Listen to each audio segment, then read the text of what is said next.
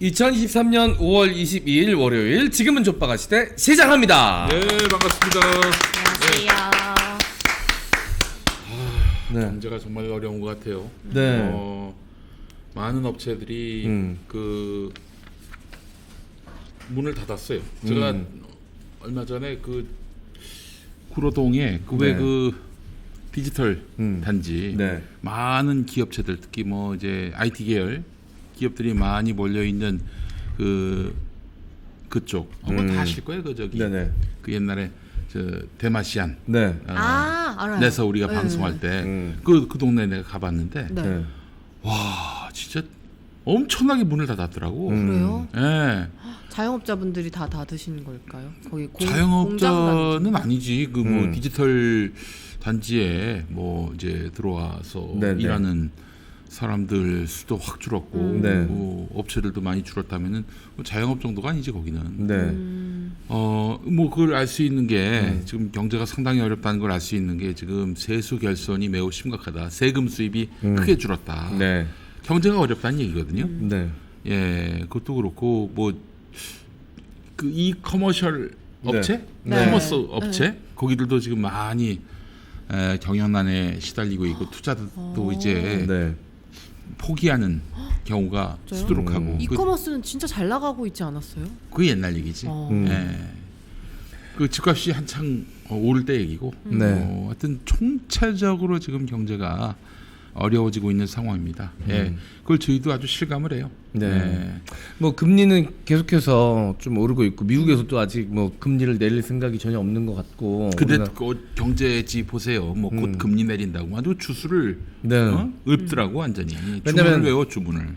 그 지금 부동산 시장 무너지고 있는 거 어떻게든 버티게 하려면 사람들이 지금이라도 빚져서 그 집 사게 만들어야 되거든요. 그렇지. 그러니까 이제 그런 식으로 계속 또 뻥카를 치고 있고. 경제지에서 사실 부동산 거품 만든 것도 경제지였어요. 그렇지. 영끌에서 집 안 사면 큰일 날 것처럼 분위기 조장한 것도 경제지였고 그리고 좀 부동산 시장 하락하자마자 자기네들이 했던 행태는 뭐 반성 전혀 안 하지. 반성 전혀 안 한 상태로 또 뭐 굉장한 위기감을 또 조성하고 하여튼 뭐 앞장서서 그 선동했던 게 바로 경제지들이었습니다. 네. 그러니까 이제 경제신문 읽으면은 뭐 경제에 대한 상식이 늘어날 것이다라고 생각하는 분들, 정말 참 이거 네. 어떻게 해야 합니까? 제일 끄트머리 소식 듣는 거 아니에요? 그렇지 이미 정부가 돌만큼 본 다음에 네. 이제는 옛 이야기가 된 그 정보를 받아들고 이걸 읽으면은 네. 투자에 좋은 정보가 되겠지. 이미 다 물 건너 갔습니다. 한물 갔어요. 경제 알려면 뭐 봐야 돼요? 뭘 좀 공부하면 돼? 경제를 공부하면 알려면 되느냐? 일단 뭐 다양한 방법이 있겠죠. 일단 그 뭐 유튜브로 공부하시는 분들도 많이 계신데 거기도 워낙 그 질이 좋지 않은 정보들이 많이 섞여 있기 때문에 그 골라내기가 쉽지 않거든요. 예. 일단 자기가 다 보고 종합적으로 좀 판단해야겠죠. 외신도 좀 봐야 되고 사실. 그게 사실은 시사에 밝은 사람들이 네. 그 이 투자도 잘해요 보면은. 아, 그래요? 근데 나는 이제 시사를 좀 안다고는 하지만은 네. 투자하는 방법도 모르고 뭐 투자를 안 돈에 하실 것 대한 같은데? 욕망도 그렇게 크지 않고 그러니까 그래서 안 하는 상황인데 근데 요즘에 이 저 정치 유튜버 뭐 한지가 이제 5, 6년 돼가고 있고 뭐 정치 방송 한지는 뭐 벌써 20년이 다 돼가는데 야 나도 이제 경제로 이제 갈아탈까 이 생각이 좀 들더라고. 경제 방송은 막 엄청 호황이죠 지금. 아니야 경제 방송 지금 제일 어렵죠. 그래요? 어려워. 왜냐면 부동산 관련해서 이제 코로나 안 때 하니까? 솔직히 그 정영진 씨가 하고 있는 방송 3프로 TV. 네, 그것도 이제 코로나 때 그리고 부동산 호황과 함께 성장했거든요. 그런데 지금 이제 부동산이 주식 시장이 또 폭락하면서, 호황일 때 또 많이 컸는데 유동 자금이 다 글로 몰렸으니까 주식이나 부동산으로 몰렸으니까. 그러니까 그때 이제 뭐 150만 이렇게 구독자가 확 늘었지. 저는 네. 사실 경제를 진짜 잘 모르거든요. 근데 최근에 이제 정치 공부를 하면서 나도 뭔가 투자도 해보고 싶고 주식도 뭐 많이는 못해도 해보고 싶은 거예요. 주변에 물어봤어요. 근데 어떤 분이 이제 추천해주신 주식에 한번 들어갔는데 그분이 저한테 되게 뭉뚱그려서 시진핑이 오면 팔아 이러시는 거예요. 그래서 저는 스타일이 완전 이동형인데? 맞지? 이동영이 그 주식 방송하면 아주 재밌겠다. 네. 많은 이들을 네. 많은 아, 이렇게 이들 공개해도 양치기 되나? 소년처럼 벼랑 끝으로 몰고 가는 이런. 이제 그게 저의 첫 주식 투자이자 마지막 주식 투자였어요. 예, 더 그래. 이상 안 하려고. 이게 언제 오니? 정권이 넘어갔는데. 어? 네. 6개월이 넘도록 안 오시더라고요. 예, 앞으로도 안 올 거예요. 그만뒀습니다. 이 정권이 유지되는 한 안 와. 안 와. 네. 그래서 이제 진짜 그 뭐 내가 구체적인 투자 정보를 알려드릴 수는 없는 거고 그것도 네. 위험하고 그래서 트렌드를 분석해드리는 너무 좋은데? 그런 방송. 그러니까 지금 정책적으로 예를 네. 들면 뭐 이 2차 전지에 이 정부가 관심이 많다 그러면 2차 전지 얘기 좀 해주고. 특히 앞으로 이 2차 전지 정책을 어떻게 펼 것인지 이런 것들을 소개하는 방식으로 해가지고 네. 그래서 이제 좀 방송을 트렌드, 돈 버는 트렌드, 돈을 마다할 사람은 사실 없을 거 아니에요. 네. 예. 자본주의 사회에서 시장 네. 경제 사회에서 그래서 앞으로 김용민 TV를 경제 방송이라기보다는 돈 벌 수 있는 트렌드를 알려드리는 네. 방송. 그 경제 신문과는 그 완전히 그 퀄리티가 다른 정보의 퀄리티가 다른 말씀드렸어요. 네.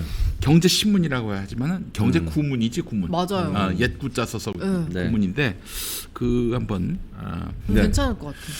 사실 뭐 경제지에서 전달하는 정보들이 100%다 틀렸다고 말할 수는 없지만 사실 광고주들이 그 초대형 건설사들이 많기 때문에 그들에게 이익이 될 만한 기사들을 생산하지 않을 수 없는 구조적 모순이 있습니다. 그렇지 어디다 지금 아파트 짓고 있는데 꼭 분양된다 그러면 또 네. 특집 기사가 뭐 별지로 그냥 실리고 그리고 그 아파트를 사야만 뭐 큰 이득을 보는 것처럼 분위기 조성이 얼마든지 가능하니까. 완전 그리고 짠짠이네. 그래야만 광고주들이 또 만족하고 또 계속 광고를 넣어줄 거고. 그렇지. 런 이해 충돌 부분이 분명히 있기 때문에 여러분들이 경제지를 보시더라도 그런 측면을 잘 생각해서 이 기사가 과연 얼마 정도 진실의 순도가 높은가에 대해서 좀 판단하시면서 그게 공부가 될 수도 있을 것 같다라는 생각 좀 들고. 예, 좋네 목사가 운영하는 경제 매체. 네.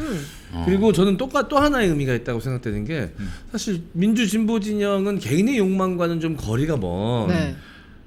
그 항상 청렴해야 되고 청빈해야 된다라는 대의를 위해 나를 희생해야 되고 뭐 그런 이런 프레임 느낌. 안에 갇혀서 사실 이번 김남국 건도 그렇지만 늘 이런 이슈에 있어서 사실 좀 취약할 수밖에 없었거든요.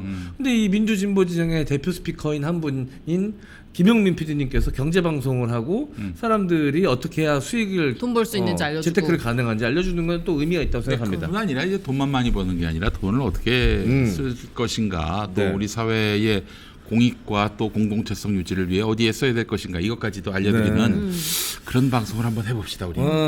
해서 알겠습니다. 그 이제 방송마다 특화를 해야지. 그렇잖아 사실은. 채널을 아예 하나 만드시죠? 채널을 이거 말고 또 만들려고. 아 될까? 요즘 어떤지 모르겠네. 우리 저 김용민이가 목사로 있는 벙커원 교회가 유튜브 채널을 개설했는데 아직도 네. 300명대야. 예. 벙커원 교회 유튜브가 아니, 누룩 TV 여러분 누룩 TV 좀 많이 구독 좀 해줘요. 이제 300명이 뭐야 김용민이가 하는데. 왜 누룩 TV예요? 그 누룩 그 성경에 또 누룩이 또 난 이제 약간 상징하는 노룩 바가 이런 건줄 있거든. 알았어. 노룩이 아니라 뉴룩도 되겠지. 뉴룩도. 뉴룩. 예, 그래서 이제 여러분 누룩 TV 많이 들어주시면은 그게 아침마다 주 5회 김용민이가 방송합니다. 네. 무슨 방송하냐면은 새벽 기도회를 인도하고 있어요. 네, 여러분. 누룩 TV도 많이 좀 그래서 노룩 패스 당하고 있는 거 아니에요? 노룩 TV. 그런가? TV 누룩이 있는데 그 막걸리 회사고 누룩 TV로 많이 좀 구독 좀 해줘요. 1,000명 넘어야 생방송할 수 있을 거 아니야. 아 그래요? 거기서 또 출연을 하고 계셨군요. 그래서 아니 보이셔. 24시간을 이렇게 쪼개 쓰고 계신데 사실 또 하나 방송을 만든다는 게 쉽진 않겠는데. 좀 어려운 일이에요. 그래서 이제 사실은 진짜 고생하고 있는데 여러분 저 구독으로 한번 해줘요. 근데 저는 진행을 하실 때 전문가들은 따로 좀 이렇게 불러서 하시는 걸 좀 추천드리고 싶은 맞아요. 게 이게 어쨌든 간에 개인의 욕망이 좀 사욕이 좀 있어야 경제에 대해서도 공부를 하고 내가 돈 벌고 싶어가지고 알아보다가 공부가 되는 건데 그렇지. 사실 개인 사욕은 별로 없으신 네, 분들은 욕망이 없잖아요. 다 없어. 그러니까. 뭐 물욕도 없고 성욕도 없고 뭐. 식욕만 있고. 그냥 욕만 하시잖아요. 근데 식욕도 지금 이빨이 아파서 줄었어요? 점점 줄고 있어요. 하는 거라고는 욕이랑 목욕밖에 없어. 목욕. 목욕이라도 하시네 그래도. 그래요. 그래서 이제 앞으로 유튜브도 좀 특화를 시킬 필요가 있겠다. 김용민 TV를 이렇게 네. 여러분께 트렌드를 제공함으로써 여러분들이 좀 수익을 늘릴 수 있는 길은 없는지 고민을 하고 정보를 제공하고요. 그 M장 기획은 여성 아나운서 빤스 얘기하는 네. 방송으로 특파하고 어떻습니까? 저희는 뭐 하던 거 하면 되니까요. 어려울 게 없습니다. 예.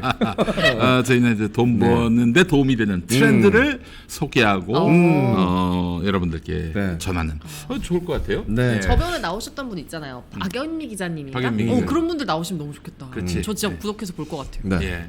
저도 그러면은 수익 사업을 위해서 저희 언더웨어 사업을 좀 해보겠습니다. 빤스 사업. 빤스 사업. 좋지. 네, 빤스 이야기로 흥했으니까 예. 이제 빤스도 팔아보겠다. 아나운서 아나 팬티 해가지고 이제 알겠습니다. ANA 아니 그냥 누군가 아나 모델을 해줘야 될 텐데. 성섬 씨 믿을게요. 그 남성 왜 언더웨어 광고 하더만. 아 그렇긴 하죠. 네. 요즘 그도 광고해? 네. 아이고. 그래. 한번 안 하는 게 했었는데. 없어 안 하는 게요. 한 번 했는데 그 사진이 많이 도용이 많이 되더라고요. 아. 온갖 각종 사이트에 도용이 너무 많이 돼서 아이고 안 되죠. 데이팅 앱 그러면은. 뭐 이런 거부터 시작해서 네, 그저 어떤 분은 저기 그걸 출력을 해가지고 벽에다 붙였어요. 최모 씨, 오모 씨. 예. 최 씨는 누구지? 네? 오 그 씨는 저기 알겠는데. 최진박봉이라고 최진박봉. 예. 야. 최진박봉. 예. 야 목사님인데. 아 최진문 교수님이 네. 저기 네. 두목쇼에서는 레깅봉이라고 하신다면서요. 네. 현주 언니가 레깅스를 입고 오면 그렇게 눈을 못 떼신다고. 예, 지금 요즘 저기 하여간 그 전기 요금, 가스 요금이 올라가는 바람에 네. 원가가 이렇게 올라가면 당연히 물가가 오르죠. 네. 아, 세상이 그렇게 됐습니다, 여러분. 네. 정말 절망하지 마시고 김용민이도 뭐 이렇게 정치에서 큰 희망을 못 얻는 시대에 우리가 절망만 하고 살 수는 없으니 네. 어떻게 좀 희망의 접점을 마련할 수 있을지 고민하고요. 네. 여러분들께 좋은 정보 제공해드리는 방송 네. 앞으로 길을 좀 만들어 가겠습니다. 네. 자, 그 김용민 TV만이 아니라 어떤 종편사도 네. 어떤 종편사도 지금 새로운 길을 모색하고 있다는 정보가 있습니다. 음. 자, 그 방송사가 어디냐? 홍정도라고 아십니까? 홍정도. 홍정도요? 홍정도. 홍석현 아들. 네. 홍정도. 홍석현이 누구지 모릅니까? 알아요. 저기 중앙일보. 네. JTBC. 네. 만든 사람이죠. 그 아들이 이제 사실상 JTBC 중앙일보를 넘겨받았어요. 네. 근데 얼마 전에 이제 강원도 피닉스 평창에서 열린 중앙일보가 속한 중앙그룹 타운홀 미팅에서 이 홍정도 씨가 발언을 했는데 궁극적인 목표는 한국의 디즈니가 되는 것. 한국의 디즈니. 컨텐츠 생산 업체가 되겠다. 일종의 OTT이기도 OTT? 하죠. 예, OTT 급성장과 맞물린 드라마 유통의 양적 팽창이 다소 됐잖아요. 네. 사실은 네. 뭐 그동안은 종편이나 지상파에서만 드라마를 했는데 또 한동안은 또 돈이 너무 많이 들어가지고 종편도 드라마를 안 했었어요. 네. 네, 그런데 요즘에 드라마를 많이 만들고 있죠. 근데 OTT, 뭐 넷플릭스라든지 이런 것들이 네. 왓챠 이런 것들이 생기면서 볼만한 드라마들이 많이 생겼단 말이죠. 네. 디즈니도 그렇고 네. 애플도 그렇고 이 와중에 어떻게 길을 모색할 것인가. 지금 그 고민을 얼마 전에 토로를 했는데 네. 플랫폼이 되겠다라는 거군요. 네, 그렇죠. 자, 그런데 말이죠. 이 지금 그 시장에서 네. 돌고 있는 찌라시가 있습니다. JTBC가 종편을 포기할 가능성이 있다. 네, 그런 얘기입니다. 최근에 경영난을 이유로 해서 대규모 경영 쇄신 중인데 비정규직부터 장기적으로 40% 이상 감원하기로 했다는 겁니다. 임원들도 임금 10% 반납을 시작했다. 이게 이제 시장에서 돌고 있는 찌라시 내용이에요. 네. 이런 가운데 JTBC가 아예 종편을 포기하는 방안을 검토하고 있는데 종편이 뭡니까? 종합편성 채널 아니에요? 네. 종합편성 채널이 뭡니까? TV 드라마 아니 뭐죠? 드라마 뉴스 뭐 다 할 수 스포츠. 있는 거죠. 스포츠. 뭐 다 하는 거죠. 네네. 예능 뭐 다 하는 건데 이 중에서 뉴스를 포기한다는 얘기예요. 쉽게 얘기해가지고. 그래서 드라마하고 예능만 남긴다 뭐 이런 거예요. 예. 그런데 말이죠. 이게 말이 안 되는 게 뭐냐면은 그 종편들이 가장 많이 돈은 다 시사로 보는데. 그렇죠. 어. 가장 많이 돈 쓰는 데가 드라마 예능이야. 뉴스 시사 그게 돈 많이 든다는 거는 말이 안 되는 거예요.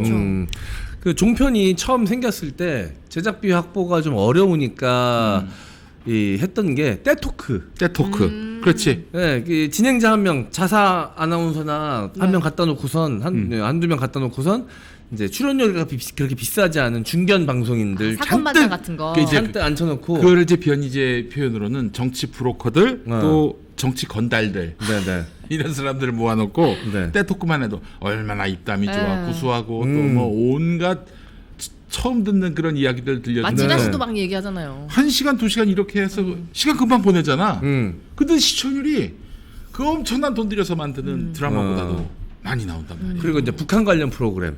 어르신들은 북한을 그렇게 싫어하면서 북한에 제일 다 관심 보죠. 많은 게 어르신들이에요. 그렇지. 그러니까 이제 탈북민들 데려다가 맞아. 그 뭐 돈도 많이 안 줘도 돼. 안 쳐놓고선 이제 그럼 자기네들끼리 막 경쟁하거든. 토크쇼하고. 그러니까 막 자극적인 얘기를 막 쏟아낸단 말이야. 근데 그게 처음에는 사실을 얘기했다가 재미가 없는데 누군가가 좀 진한 얘기를 했어. 네. 시청률이 터져. 네. 그러면 너도 나도 계속 출연하고 경쟁하잖아. 뻥을 어. 뻥을 섞어가지고 얘기한다고. 네, 평양에 한번 들어가 본 적도 없는 사람이 막 그러니까. 백두혈통 얘기하고 있고. 그 함경도 사는 사람이 평양 가기 쉽지 않거든. 못 가. 그런데 함경도 못 사는데 가. 막 저기 저 평양 얘기 뭐 골목 구석구석 얘기 심지어는 김정은 위원장 권부 그거 아무나 들어갈 수 없는 그런 곳에서의 은밀한 일들을 뭐 여자들이 뭐 불려갔다느니 뭐 이딴 소리 네. 지가 확인하지도 않고 어디 팩트 체크할 수도 없는 것들을 마구 그러니까. 떠들어대는 거예요.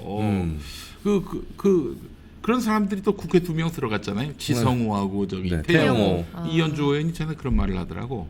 아니 그 사람들을 또 뭐 북한에 대한 정보를 얻기 위해서 데려왔고 또 본인들도 뭐 대단히 많이 아는 것처럼 얘기를 하는데 네. 와가지고 3년 되도록 내놓은 정보가 뭐 없어. 하나 이렇다 할 그런 정보를 내놓질 않아요. 그러니까 이미 그 사람들이 탈북할 때 그 이후에는 정보가 없다고 봐야 돼. 왜냐하면은 이미 얼굴 다 드러냈잖아요. 이름을 네. 다 드러냈잖아. 그 사람들한테 정보가 가겠어? 그러니까요. 북한이 정보가 가게끔 내버려 두겠어? 완전 근데 또 손절하죠. 네. 자기의 어떤 그 가치를 유지하기 위해서 뭔가 있는 척. 있는 척. 내 전에 그런 사람이 있었어요. 누군가가 술자리에서 얘기했는데 아직 미확인 정보인데 알려지지 않은 정보인데 갑자기 SNS에다가 사실이 확인된 진실인 양 막 떠들어대는 거야. 그 사람들은 저분 정보 대단한데 아는 게 많은데 네. 야, 그리고 또 이런 사람이 또 어떤 뻥카를 치냐면 내가 입만 뻥끗하면은 윤석열 정권 다 날려버릴 수 있다. 이러고 있는 거거든. 네. 근데 실상은 아무것도 없어. 정보가 없어. 빈털털이야. 예. 뭐 정광훈도 그런 분이라고 봐야겠죠, 뭐. 그렇죠. 그리고 뭐 또 하여튼 뭐 민주진영에서 활동하는 사람들 중에도 뭐 이제 자기를 커밍아웃한 이후로는 네. 정보가 다 끊어졌는데 어디 뭐 친한 기자들하고 술자리 하다가 어떻게 주워듣는 것들. 주워들은 얘기 갖고 뭐 무슨 대단한 사실을 자기가 혼자 아는 것이냐 막 부풀려서. 올린다고 이런 네. 인간들이 있어요. 근데 어쨌든- 마치 탈북자들도 그런 똑같네. 사람들이 많지. 근데 그런 사람들 데려다가 제작비가 안 들리거든. 그럼. 그리고 시사 방송, 시사 전문가 양쪽 한 명씩 데려와가지고 진행자 놓고 3명이면 뭐 제작비 뭐 거의 들어가지도 않아요. 그렇지. 여기 우리 유튜브 프로그램보다도 제작비가 적게 들어갈 걸. 그럼 근데 그렇게 해서 이제 프로그램이 뜨면 수익은 어마어마하니까 썰전 같은 게 이제 그런 케이스죠. 또 그런 화면 같은 거 자료 화면으로 인용되면 또 그걸로도 돈 번다고 하더라고요. 네. 기사나 방송. 그래서 이제 그래서 뭐 무슨 저 종편이 민주당 그렇게 돈을 벌었지. 민주당 쪽에서 무슨 막말 얘기만 나오면은 김용민이 그 뜬금없이 자꾸 출연을 했었어요. 그런 시절이 있었어. 아 이번에 김남국 것 때문에 제가 종편 3사에 미친 듯이 매일 나왔습니다, 진짜. 아이고 뭐 좀 돈을 받아야 되는 거 아니에요? 맨날. 아, 내가 이거- 그래서 실제로 막말 얘기만 하면 김용민 필름이 나와가지고 내가 종편사들한테 쓸 거면 돈 내고 써라. 출연료를 내라고 출연료를 내라고 내가 한번 소송을 내려고 했었어. 너무 실속도 없이 그냥 아니 원래 자료 화면 쓰면 무조건 돈 내야 되잖아요. 타 방송사 거 자료 화면 쓰면. 어디서 그렇게 하나? 안 그래요? 안 기래요? 어제 북한 사람이 됐어. 안 기래요? 그래요? 미디어 실업할 수 없잖아. 야, 우리도 얽혀 죄송합니다. 있어. 죄송합니다. 말 조심하세요. 자, 근데 네. 이제 그러니까 한마디로 얘기해서 진짜 돈을 줄이고 싶다 그러면은 드라마 예능을 줄이면 돼요. 근데 종편에서 핵심인 뉴스를 포기한다? 그 얘기 아닙니까? 네. 이거는 한마디로 말해서 네. 뉴스는 재미없다.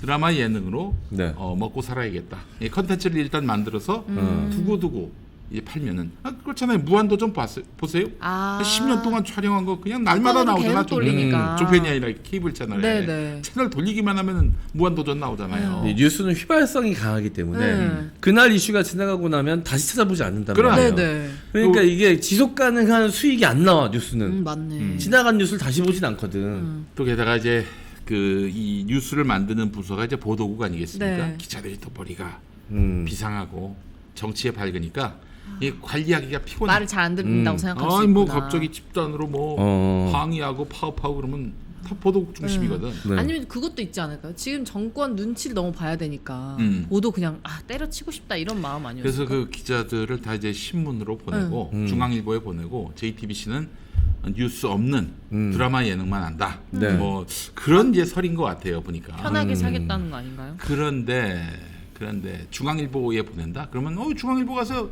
기자 일하면 되겠지.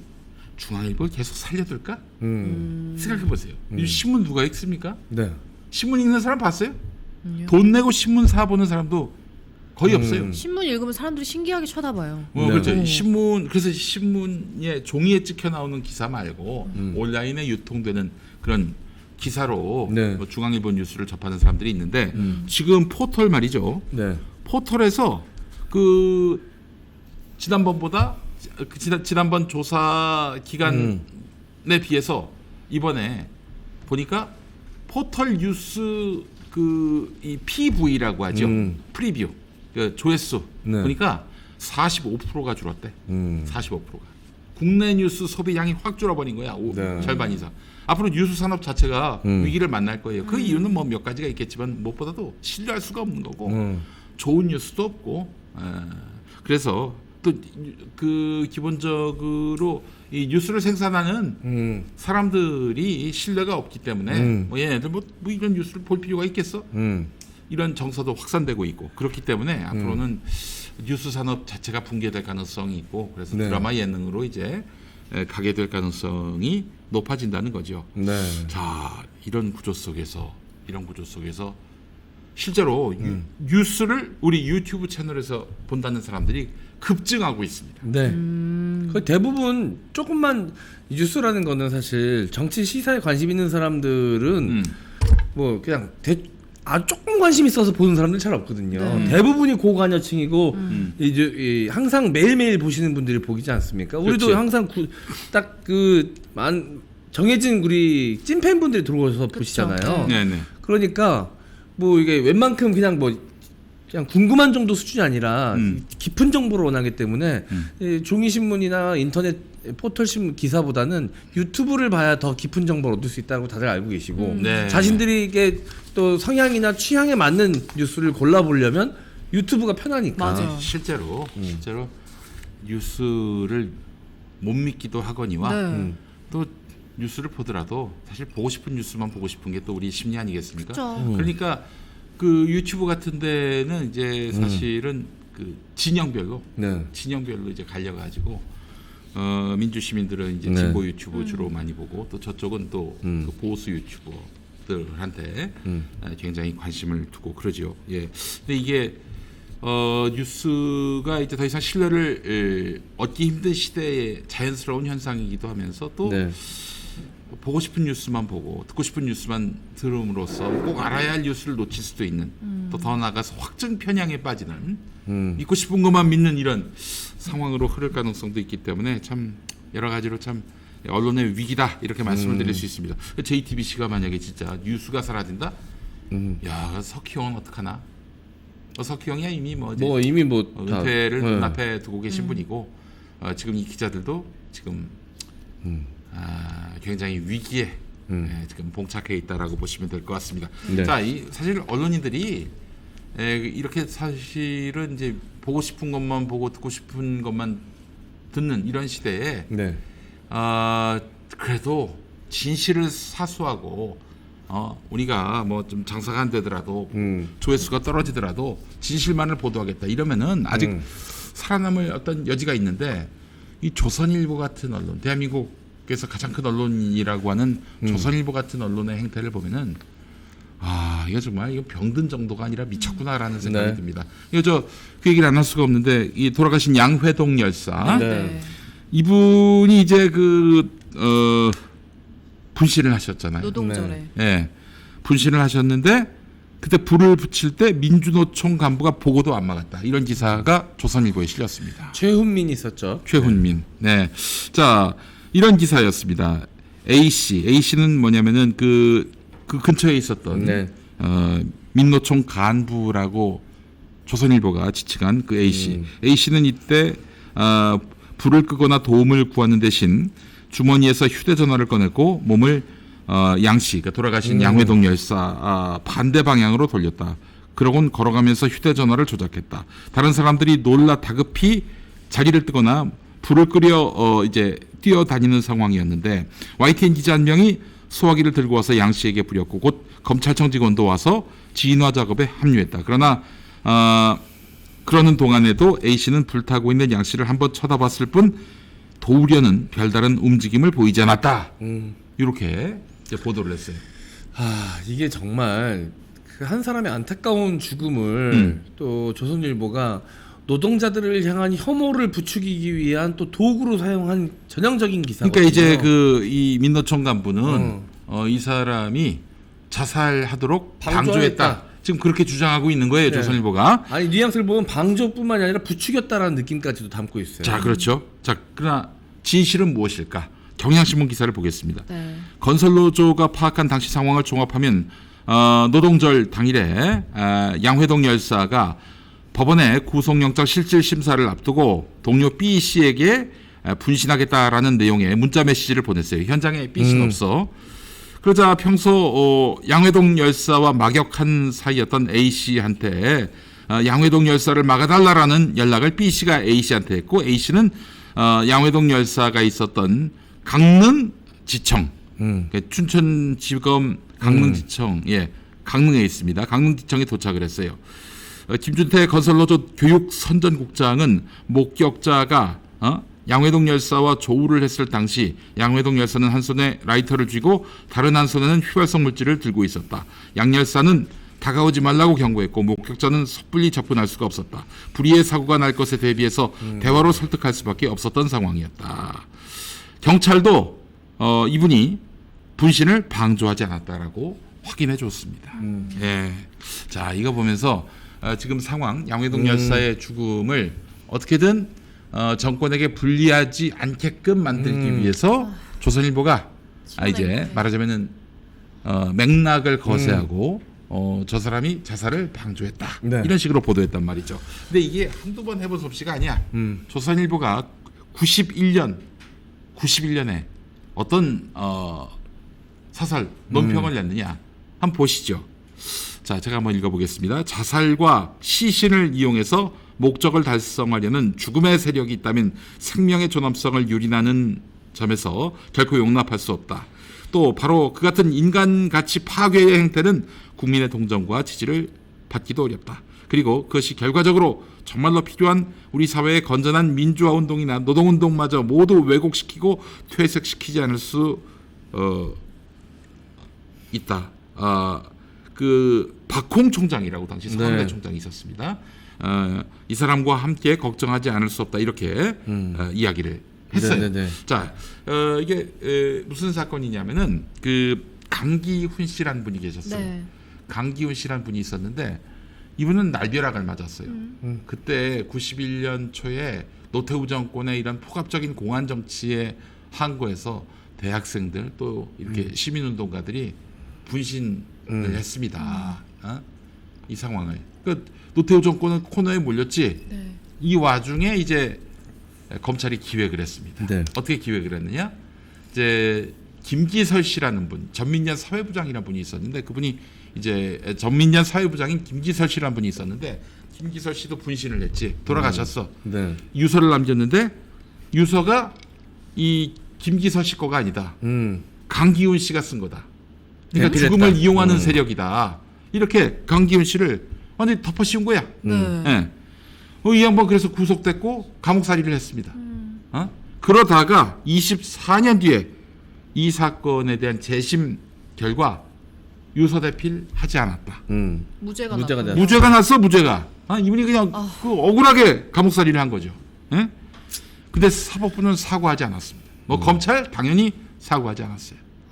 이분한테 이제 그 경향신문 기자가 물어봤는데 이건 살인보다 더한 낙인이다. 그러니까 당시 현장에 있었는데 양회동 열사 죽도록 내버려둔 그 사람이 그 남의 죽음을 이용한 사람이다라고 조선일보가 이렇게 네. 그 매도를 하고 낙인 찍었죠. 낙인을 찍었잖아요. 이거에 대해서 이건 살인보다 더한 낙인입니다.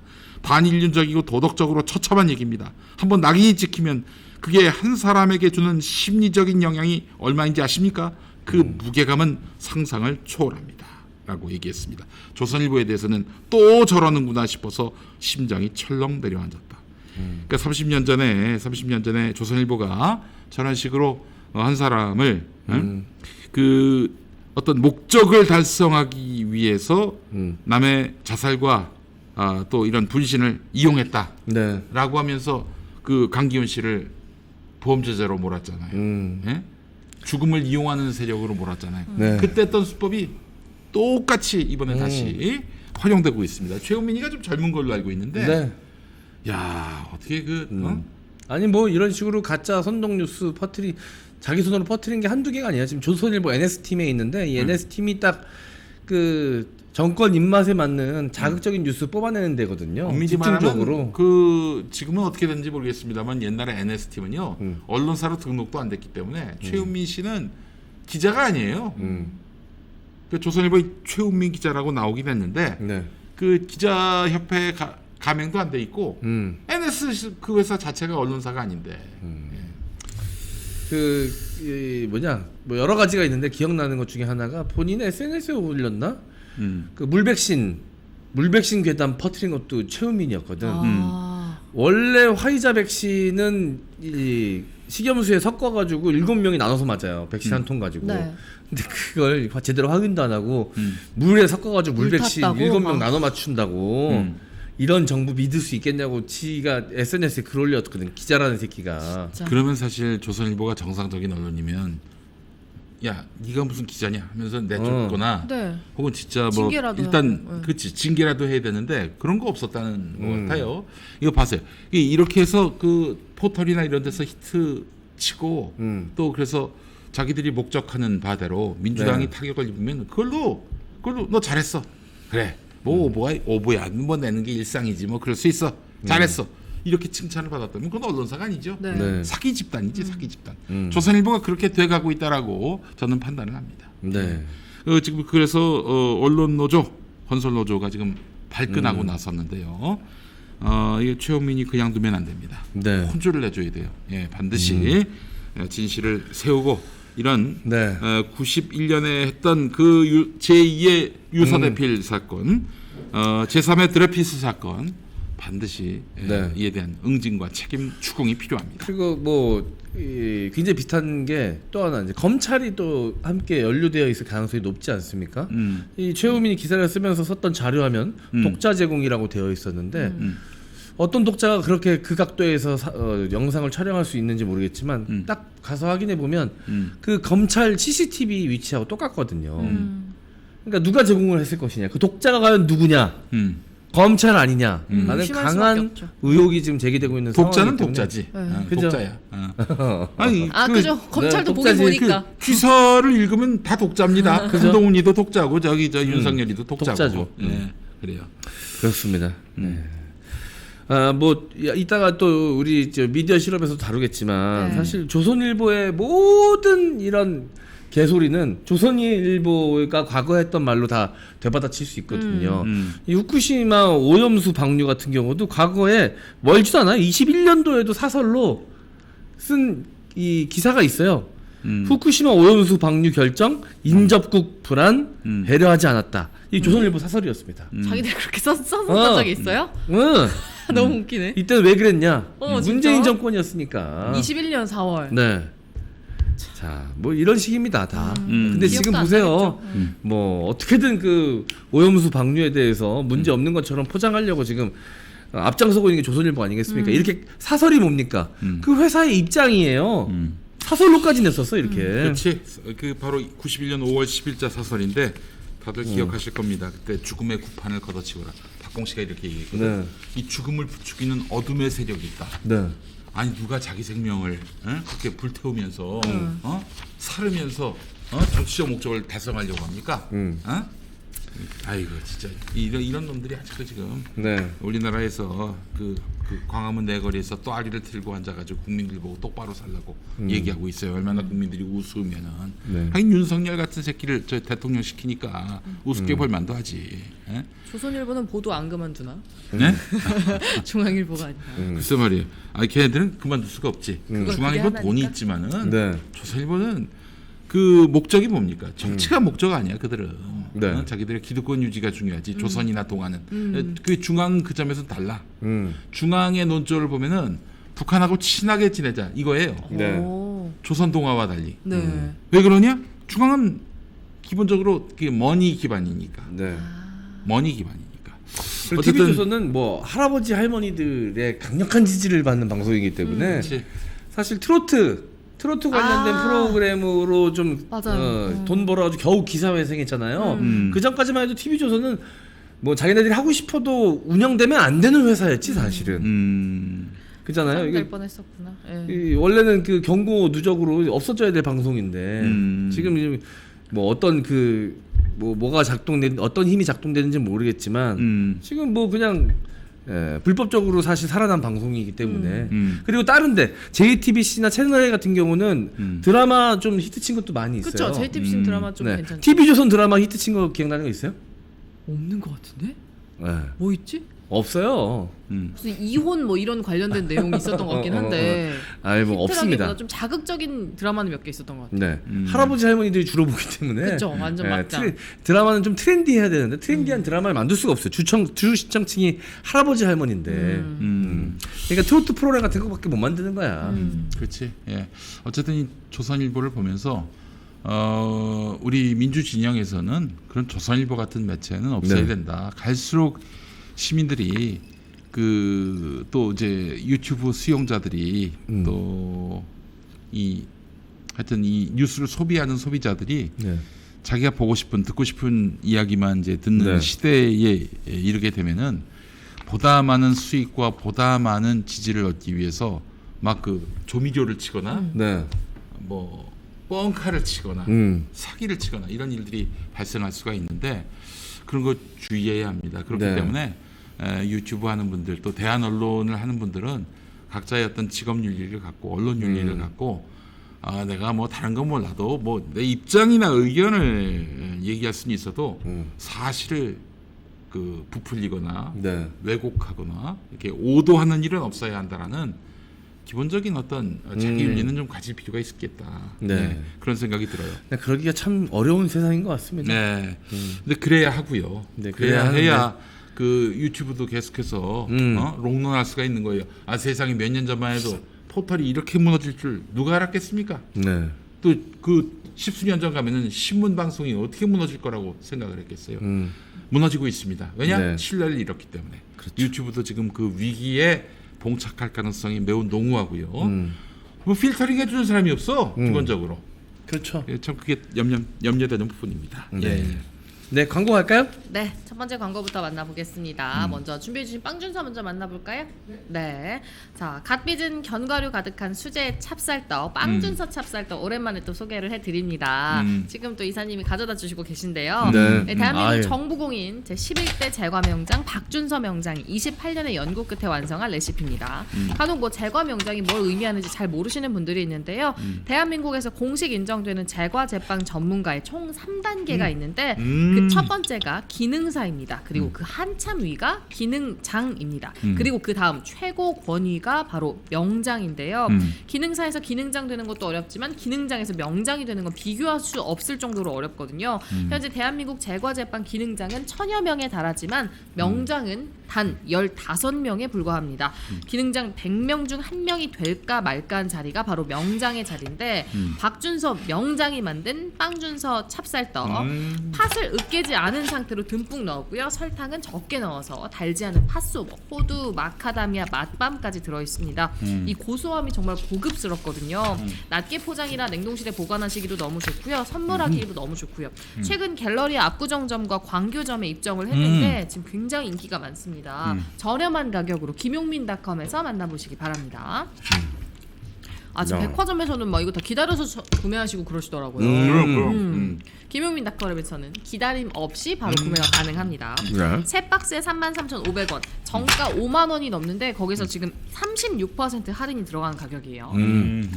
그래서 33,500원에 판매하고 있습니다. 오, 저거를 세 박스.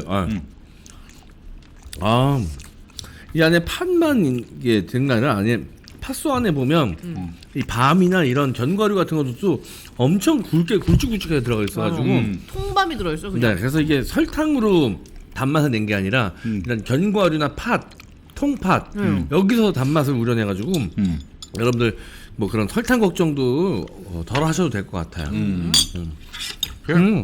맛있어. 설탕 맛이 아니라 그냥 진짜 팥 특유의 그 맛있는 네, 달콤함 이게 네. 그냥 살아있네요.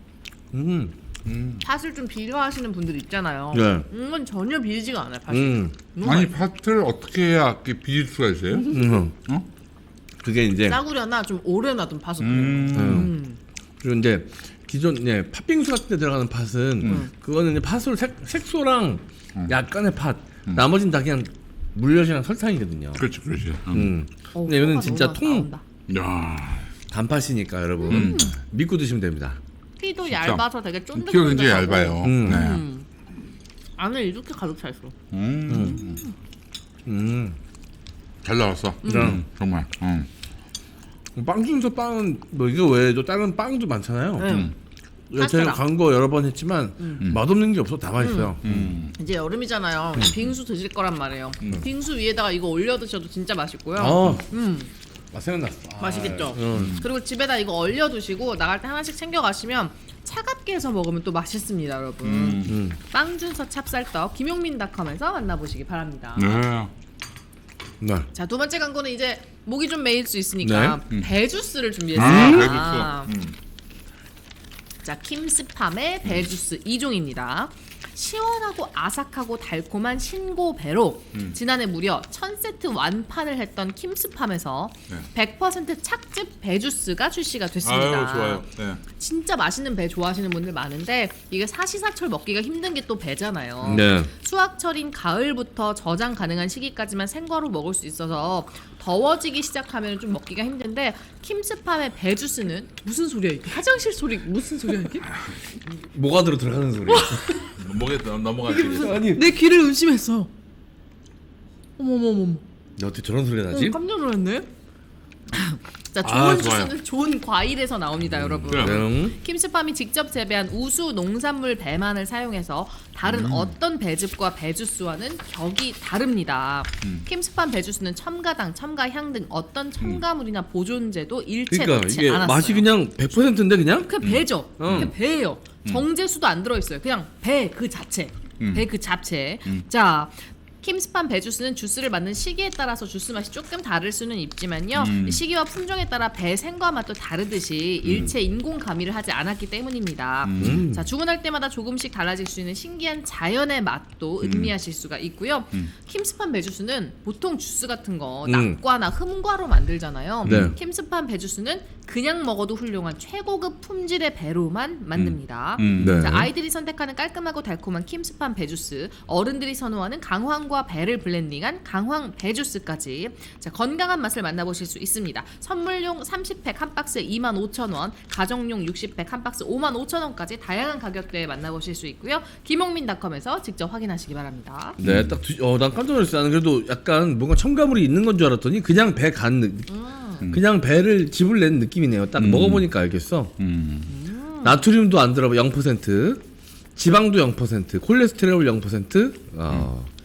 그냥 배 그 자체입니다. 그렇죠. 네. 옛날에 어릴 때 부모님이 이렇게 투명한 한약 봉투에 들어있는 배즙 그렇지, 그렇지. 아, 뭔지 아유. 알죠? 예. 뭔지 알아. 저 근데 그 진짜 먹기 근데 싫었거든요. 색깔이 아주 정말 저 식감을 떨어뜨리게 만들어요. 집엔 왜 그렇게 배즙이 많은 거야? 네. 그거 진짜 싫었거든요. 떡비 같이. 그리고 냉장고 열면. 봉투는 가게마다 다 똑같아요. 네.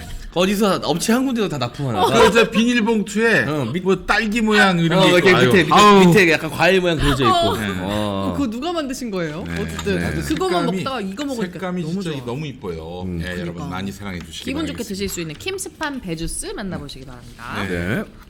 자, 마지막 광고는 닥터 엠물 광고인데요. 영상으로 먼저 만나보시죠. 김과장, 속 괜찮아? 네, 닥터 엠물로 관리 시작하고 속이 정말 편해졌어요. 닥터 엠물? 후기가 워낙 좋아서 마셔봤는데 마실수록 속이 편안해지고 물맛까지 완전 좋아요. 2만 건이 넘는 100% 실구매자 후기, 효능 실험 연구 논문, KCI 학술지 등재. 지금 네이버에서 닥터엠 물을 검색해보세요. 속 때문에 일상까지 힘들다면 닥터 엠무를 한번 만나보시기 바랍니다. 이것저것 다 해봐도 별반 차이가 없다고요.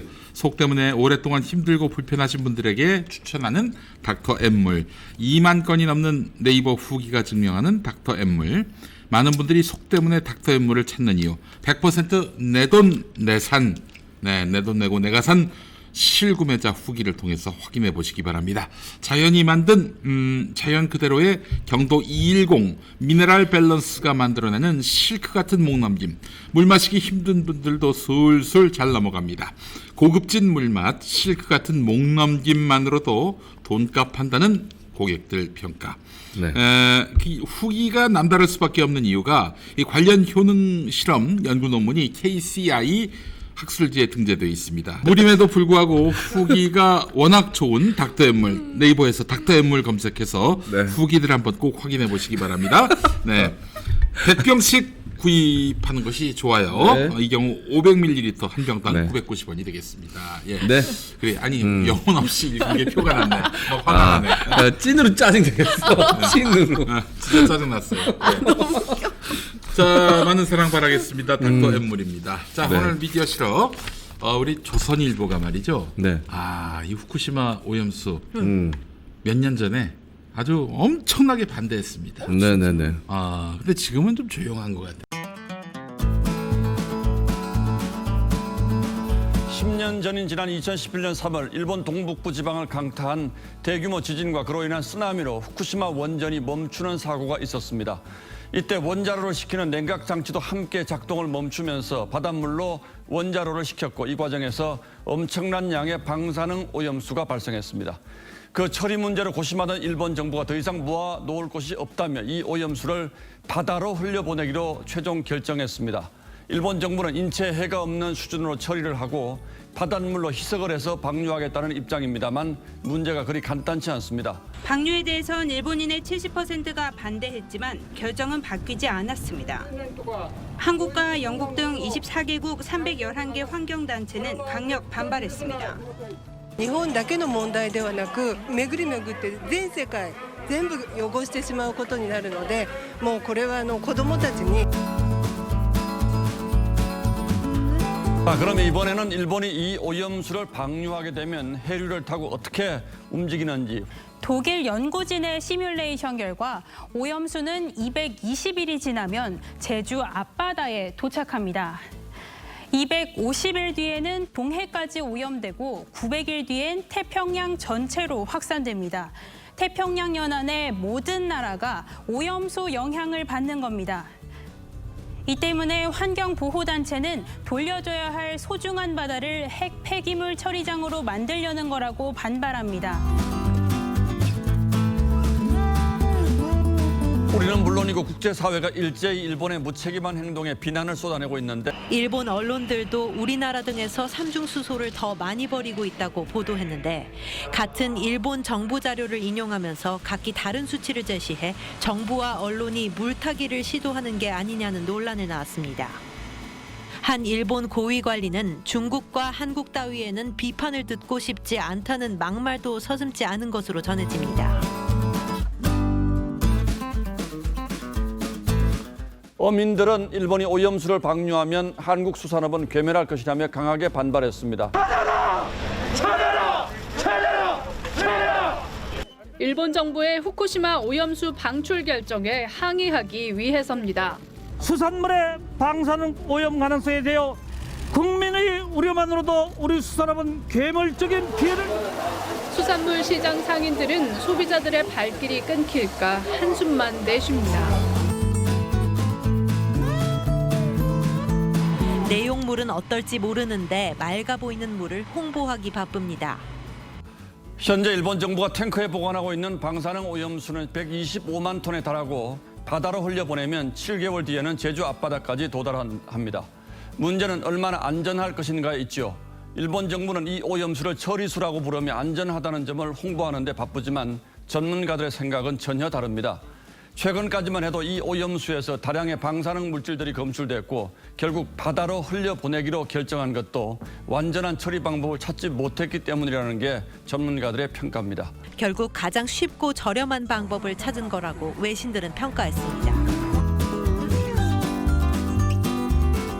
일본에 손을 들어줌으로써 중국을 견제하겠다는 의도가 읽히지만 환경 문제까지 외교 안보적 이익을 결부시킨 이번 결정을 두고는 앞으로 적지 않은 논란이 일 것으로 보입니다. 일본과 태평양을 사이에도 오염수 영향이 상대적으로 적은 데다 중국 견제를 위해 일본과의 동맹 강화를 선택했다는 평가가 나옵니다. 중국이 한국 등 인접국과의 공동 대응 가능성을 내비치면서 미 바이든 행정부가 주력하는 한미일 삼각 공조에 또 다른 악재로 작용할 거란 우려도 나옵니다. 현재 IAEA는 한국을 포함한 11개 나라 전문가들로 이 합동조사단을 꾸렸습니다. 하지만 민주당은 이 IAEA도 믿을 수 없다는 입장입니다. 이 전임 사무총장이 일본 사람이었고 분담금도 3번째로 많이 내는 나라라 아무래도 입김이 셀 거라는 겁니다. 하지만 이 분담금 비중만 따지면 오염수 방류에 민감한 중국은 이 2번째로 높고 일본의 2배 가까이 내고 있습니다. 원자력의 평화적 이용에 관련된 국제기구의 역할을 거부하고 우리한테만 모니터링 권한을 달라라고 얘기하면은 이건 국제적으로 공감을 얻을 수 없는. 일본이 끝내 후쿠시마 원전 오염수를 바다에 방류하기로 했습니다. 국제사회의 우려와 반대를 무시하고 방사성 물질 해양 오염 문제를 무책임하게 이웃나라에 떠넘긴 폭거입니다. 당장 일본과 가장 가까운 우리의 심리적 충격이 누구보다 클 수밖에 없습니다. 우리 정부 역시 국민의 안전을 지키는 책임에 최선을 다했는지 묻지 않을 수 없습니다. 국제원자력기구는 오염수 방류와 모니터링 계획을 신뢰할 수 있다는 보고서를 냈습니다. 문재인 정부의 외교장관도 이렇게 답변했습니다. 오염수 내 3중 수소만 해도 지난해 우리 원전 배출량이 후쿠시마 방출 예정량의 10배라고 합니다. 민주당도 이런 사정을 모르진 않을 겁니다. 알면서도 괴담 수준의 주장을 버리지 못하는 이유가 대체 뭘까요? 광우병, 천안함, 세월호, 사드, 후쿠시마에 이르기까지 민주당은 괴담 정치의 유혹에서 벗어나지 못하고 있습니다.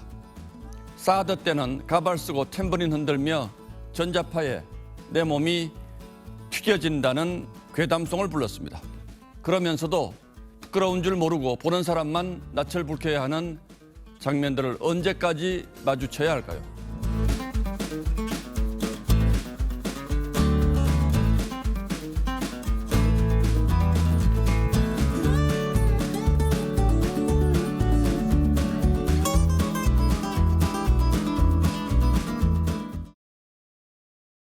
조선일보의 모든 개소리는 조선일보가 과거에 했던 말로 다 반박이 가능합니다. 옛날에 광우병도 뭐 그렇게 광우병 위험하다고 해놓고는 막상 국민들이 촛불 드니까 광우뻥이라고.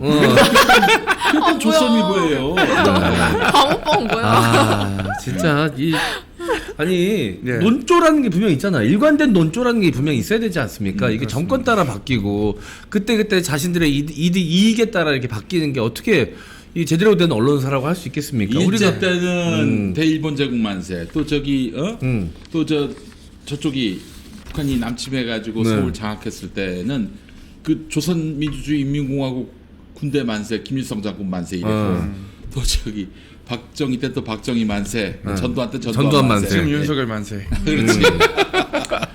야, 이게 일관된 거야 어찌 보면은 좀 우리가 생각하는 일관됨과는 좀 컨셉이 다른데 어쨌든 일관된 신문이에요 조선일보는. 네. 자, 미디어 실업으로 조선일보의 이 행태 만나보셨고요.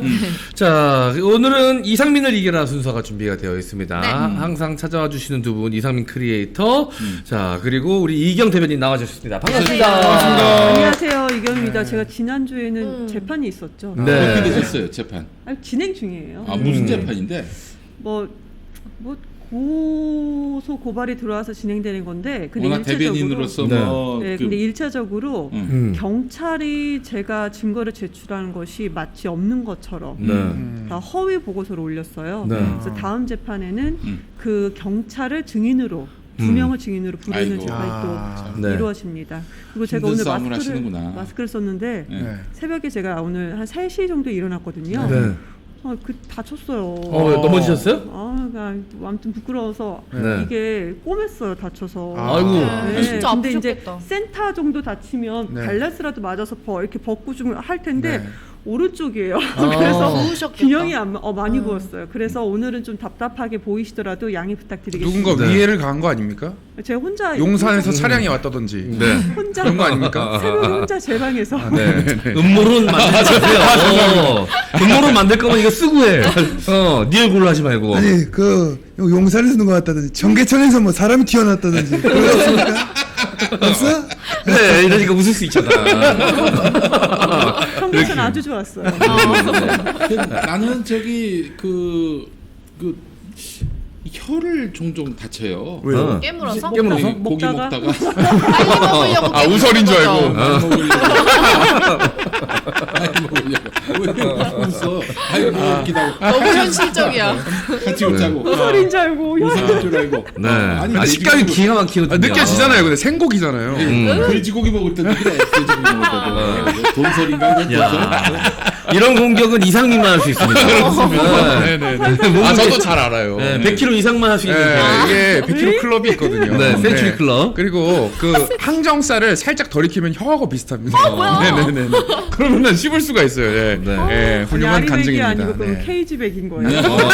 케이지백. 네, 그렇죠. 피지컬 100kg입니다. 네. 아니 저는 그 밤에 잘 만나가지고 유튜브를 이렇게 하다가 쇼츠로 봤는데 그 답답한 그 말도 안 되는 김행이랑 싸우시느라고 엄청 고군분투 하시더라고. 아니 근데 그분은 그래도 제가 방송 끝나고 나면은 그 제가 나이가 어리잖아요. 네. 상대적으로. 그래서 되게 이렇게 그래도 예의를 갖춰서 해요. 근데 엘리베이터 타서 막 이재명이 무슨 뭐야 범죄자 아니냐 하면서 막 엘리베이터에서부터 대기실에서 그렇게 뭐라고 하세요. 그래서 몇 주를 제가 참다가 지난주에는 솔직히 제가 기가 세거든요. 근데 지난주에는 제가 그래 그만하세요. 방송도 마쳤는데 왜 그러세요? 그만하세요. 계속 그러다가 지금 한 5주차 그러니까 방송 마치는 너무 행태가 심하세요. 더 심하세요. 그래서 한 번은 얼굴을 들이면 그래서요. 어쩌라고요? 잘하셨다. 네, 진짜 한 번은 진짜 싸울 줄 아는 이경이에요. 싸울 줄 아는 이경. 엘리베이터에 단둘이 있을 때 근데 거기까지만. 근데 이제 제가 눈빛이 아무래도 레이저가 나오다 보니까 네, 아무튼 저는 그분을 항상 그래도 예의를 갖췄는데 아무튼 그분은 너무 예의가 없으셔서 나이와 상관없이 일단은 그 싸울 때 기를 먼저 죽여놔야 돼. 그러니까 그 침을 찍 하고 한번 뱉고 그 면도칼을 꺼내가지고 제가 면도칼을 어떻게 제가 웬만한 남성들하고도 기가 한 번도 죽어본 적이 없었기 때문에 그분은 제가 그래 예의를 갖춰서 대우해드리고 그 대신 방송에서 한 1, 2주는 제가 참았어요. 근데 최민희 의원님 대신해서 제가 거의 고정으로 들어간 거라 댓글에 최민희 의원처럼 해라 이경 뭐냐 계속 그랬었어요.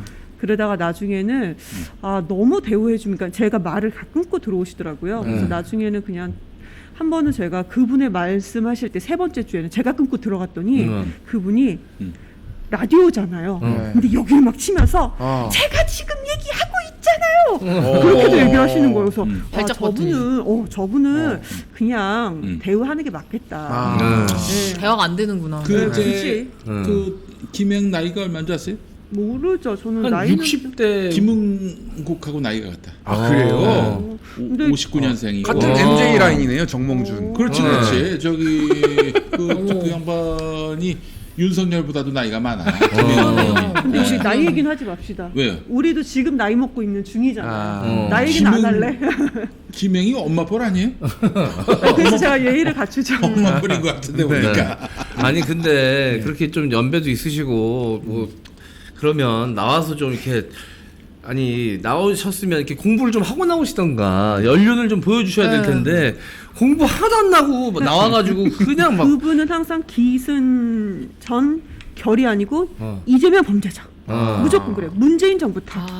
막 이게 논리가 맞아요. 기승전 이재명이구나 그냥. 보는데 막 내가 막 속 터져가지고 거기서 이제 막 따박따박 이제 막 반박하시는데 아 고생하신다 싶더라고. 후쿠시마를 광우병이랑 같이 연결해가지고 얘기하신다면서요. 그거에 오윤혜가 빡쳤어요. 오윤혜가 나가야 돼 그럴 때는. 우리도 개싸움 전문가 내보내야 돼. 앞으로 큰일이 될 사람들은 혹시라도 나중에 문제 될 수 있으니까 다시는 절대 정치할 일 없는 오윤혜 같은 애들 내보내야 개싸움에서 확 혼내줘야지. 윽박 전문가. 사실 너무 참 민주당에서 아쉬운 정치인이 싸울 때 싸울 줄 아는 정치인인데 너무 없어요. 그 수박들 봐봐. 지금 큰 상대하고 싸우지 않고 뭐 김남국 등과 싸우잖아. 아니 이거 보면서 아니 이 자들이 지금 도대체 누구의 이익을 대변하는 자들인가? 난 너무 좀 한심하고 황당하고 그래. 그래서 지난주에 우리 저 이경 대변인이 어느 누구도 이제 김남국에 대한 이런 공세에 대해서 아무 소리도 안 할 때 먼저 치고 나가셨어. 그 청년 정치인들이 김남국을 뭐 탈당시켜라 그랬나요? 어떻게 했나요? 네, 의원직 탈당은 당연히 의원직 내려놔라 그랬죠. 아니 근데 그 중에는 저기 김남국 캠프에서 뭐 실장까지 했던 그 친구도 있더만 이동학. 이동학. 메시지 관리 뭐 하여튼 그 팀 꽤 높은 위치에 있었습니다. 이동학이 메시지 관리를 왜? 지 메시지 관리도 안 되면서. 그러네. 뭐가 문제였어요? 그 청년 정치인들이. 우선은 그 청년들이 만약에 김남국 의원이 회기 때 코인을 한 점만 도덕적으로 문제를 삼았다면 김남국 의원도 그 점에 대해서는 죄송하다고 국민들께 말씀을 드렸기 때문에 그 정도 선까지 만약에 본인들이 목소리를 낸다 넘어갈 수 있다고 생각했습니다. 그런데 그게 아니고 왜 우리가 라면 칼럼이라고 그런 게 있었잖아요. 뭐뭐 라면 잘못이다. 뭐뭐 라면 잘못이다. 지금 현행 코인 관련해서는 미국은 합법, 중국은 불법, 우리나라는 무법입니다. 무법이에요. 규제 자체가 없어요. 그럼 코인 관련해서 김남국이 불법이냐? 없습니다. 미공개 정보를 활용했냐? 이거 지금까지 밝혀진 거 전혀 없어요. 김남국 의원은 아니라고 얘기하고. 그리고 지금 뭐 에어드랍 같은 것도 이제 이거에 대해서 과하게 이거는 뭐 이자 같은 개념인데 과하게 받았느냐 이것도 지금 밝혀진 게 없어요. 그러면 정치 자금으로 사용했었느냐 이것을 이제 벌써 그러니까 법정에서 이거 자체 기소를 2번이나 영장을 기각했잖아요. 이건 이미 끝난 거예요. FIU에서도 김남국 의원의 코인 투자 범죄라고 한 적 없다라고 이미 끝난 얘기고 하나만 더 마지막으로 말씀드리자면 이해충돌 방지법. 그러니까 코인 관련돼서 자산 유예를 그러니까 그 과세 유예를 하겠다라는 거, 2년 유예하겠다는 거. 이거 김남국 의원이 발의했습니까? 아니잖아요. 여야 합의 공동 발의고 처음 추진한 것은 국민의힘이었습니다. 그러니까 현행 법에 불법적인 것이 전혀 없는데 불법이라면 이런 모든 언론 보도가 사실이라면 의원직까지 사퇴해야 된다. 이렇게 얘기를 하고 있어요. 그러면서 중복적으로 도덕적인 면까지도 막 섞어서 막 비판을 합니다. 이게 말이 됩니까? 그러니까 그들이 제가 얘기하고 싶은 것은 그러면 지금 현재 그들이 말한 뭐뭐 라면이라고 비판을 한다면 현재 정권에 살아있는 권력의 뭐뭐 라면 불법적인 거 엄청 많지 않아요? 주가 조작, 김건희 씨도 마찬가지인 거고 윤석열 대통령을 하는 것도 상당히 많습니다. 현직 장관들, 고위직 공무원들 상당히 많아요. 한동훈 장관 자녀에 대해서 왜 입 한 번 뻥끗하지 않았습니까? 내가 너무 화가 나서 말이 너무 빠른데요. 알겠어요. 괜찮습니다. 저기 라면 하니까 라면 먹고 싶어요. 국민과 함께라면. 네, 고맙습니다. 좀 이럴 때 중요한 얘기를 좀 빠져주세요. 왜요? 축구 공이 웃으면 풋볼. 예. 웃어주지 마요. 계속 하잖아 웃어주니까. 죄송합니다. 네. 아무튼 그런데 그거에 대해서는 개별적으로 그들이 비판을 했는지는 모르겠습니다. 그런데 단체로 모여서 그들이 이렇게 목소리 높여서 비판한 적이 단 한 차례도 없었어요. 그 친구들이 눈치 많이 보는 친구들이거든. 그러니까 이제 누군가가 야 나서야지 지금 뭐하냐 지금 야 너희가 집단 성명 내면은 언론이 열심히 받아줄 텐데. 그렇죠. 조선일보 1년에 아니, 나왔죠. 지금 뭐 하고 있는 거야? 지금 나설 텐데 왜 못 나서고 있나? 타이밍 기가 막혀. 다 자기 빌드업만 하고 있어. 남 얘기를 안 들어요. 제 장글입니다, 장글 여기다. 아니 중요한 얘기 하시는데 다 자기 개그 하려고 그냥. 참 진짜 나도. 아니 MC장은 팩트만 얘기를 하세요. 우리는 경주마 마인드로 갑니다. 고맙습니다. 나도 할 줄 알았는데 나도 공부해야 된다고. 나도 얼굴 만들고 와야 되는데. 얼굴을 안 만들어줘. 얼굴 하세요. 얼굴 안 만들어줘. 이상민 얼굴 만들어란 말이야. 왜요, 이상민? 아니 근데 옆모습은 자꾸 윤석열 지금 편들어 드렸잖아요. 야 여기는 같은 편이 없어. 야 여기 뭐야 민주당 미니어처야 뭐야. 야 어떻게 이게 의리가 없어 여기는. 원외 오적입니다. 이제 마지막으로 네. 도덕적인 면을 이제 꼬집었을 때 그럼 그들은 한 명 한 명 봤을 때 도덕적이었는가? 그리고 한 명은 제가 SNS 글에도 글을 썼고 이게 기사화도 여러 곳에서 됐는데 김건희 씨 주가 조작에 대해서 이제는 뭐 지겹다라고 발언했던 사람이 권모 씨예요. 그리고 조국 전 장관에서 비판한 것 이모 씨, 박모 씨고 그리고 대통령실에서 갑질로에서 지적을 엄청 많이 받았던 사람도 박모 씨예요. 근데 그들은 도덕적으로 이게 맞습니까? 근데 본인들의 도덕적인 면에 대해서는 왜 그렇게 더욱더 냉정하게 바라보지 못하고 뭐뭐 라면이라고 하면서 왜 김남국 의원 한 사람에 대해서 그렇게 하느냐. 마지막으로 지금 그들의 메시지가 현재 그들은 조선일보 가장 많이 부수로는 팔린다는 조선일보 일면을 장식할 수는 있습니다. 그렇지만 애당심이 기본적으로 있는 사람들이라면 네. 그게 지금 현재 맞습니까? 맞는 비판입니까? 그래서 그들의 비판은 본인들의 이익을 위한 그렇지. 우리 총선이 한 1년도 안 남았어. 근데 우리가 목소리를 좀 내야지. 그런 모습으로까지 비춰질 수 있다는 겁니다. 이게 그 총선 앞두고 사실 이 지지자 집토끼들의 마음을 잡아야 되는데 사실 총선 때 투표장에 나오는 건 정말 고관여층들이거든요. 딱 강력한 지지층들이 먼저 움직이고 그 다음에 이제 어느 정도 정치에 관심 있는 분들 그 정도만 나오거든요. 사실 대선보다 훨씬 이 투표율이 떨어지기 때문에 집토끼를 어떻게 관리하느냐가 되게 중요한데 왜 이렇게 당원들이 싫어할 만한 행동들을 민주당의 수박들을 하는가 생각해 보면 오히려 그들 입장에서는 이런 민주당의 강력한 지지자분들이 안 나오는 게 그들에게 유리해요. 지역구에서 그냥 이미지 관리해서 인지도 쌓아서 거기서 그냥 투표 받는 게 오히려 그들에게는 더 유리할 수 있다라는 거죠. 얘네들이 그 이재명 대표가 처음에 이제 뽑혔을 때는 조용히 있었습니다. 박성민이가 항상 이렇게 티까운 소리 많이 했잖아. 그때 그 이후로 박성민이가 뭐 목소리 내는 거 보셨어요? 그러다가 갑자기 이번에도 나왔단 말이야. 나한테 공천 주는 사람은 이재명이 아니라 누굽니까? 또 빌드업이었어. 아니 뭘 똥을 참고 계십니까? 막 이렇게 마냥. 예. 제가 옛날에 이런 거 많이 했었거든요. 낙엽똥 싸는 소리. 이거 본인 빌드업이었어요? 치질 걸리는 비. 치질 걸리는 비.